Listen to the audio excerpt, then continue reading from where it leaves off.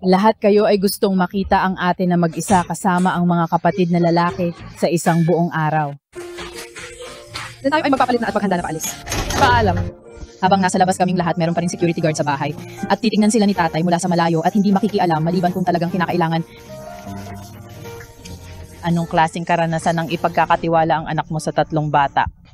Ngayon iniisip ko kung may panganib ba sa inyong bahay o anumang mapanganib na bagay.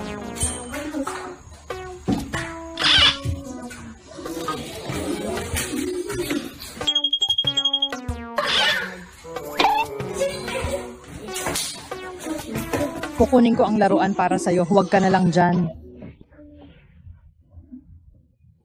Kung meron man mga katanungan, pwede niyong itanong sa akin.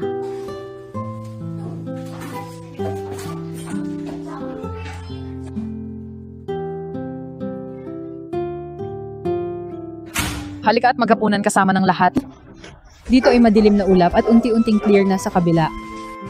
Gaano katagal kayong nagkahiwalay ni Janglian?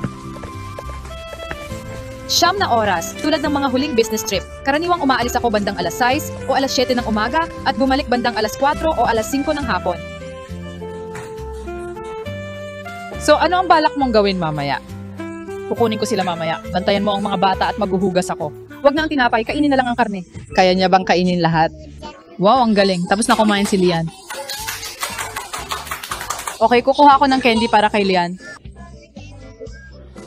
Okay, liligpitin ko muna ito.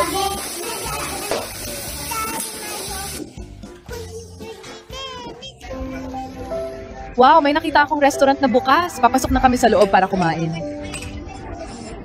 Ang aming umagahan. Sa wakas, makakaupo na ako at makakapagkape ng tahimik. Hindi mo na kailangan pang tumayo dyan para hanapin ang anak ko. Ito ay talagang hindi madali.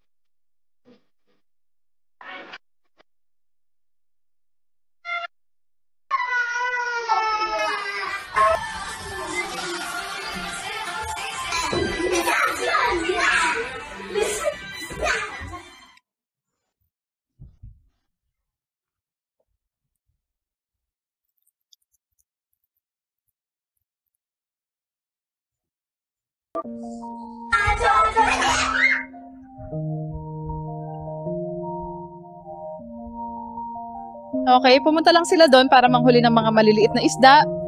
Bagay talaga yon para kilalian. Sobrang saya nila, pero ako ay medyo pagod na. Ang hirap maging ate.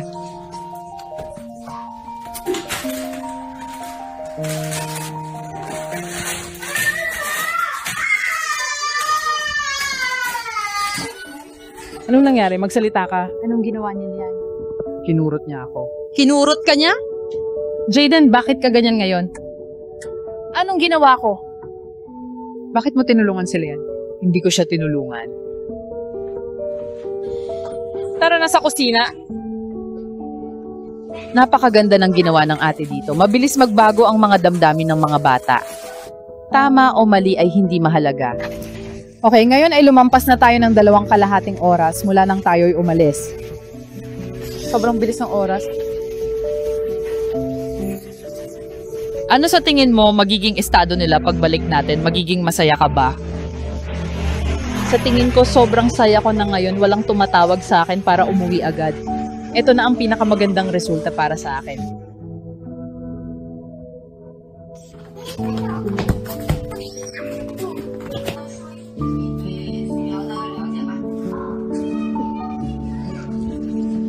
Nakarinig na ako ng kanilang boses mga 100 metro pa.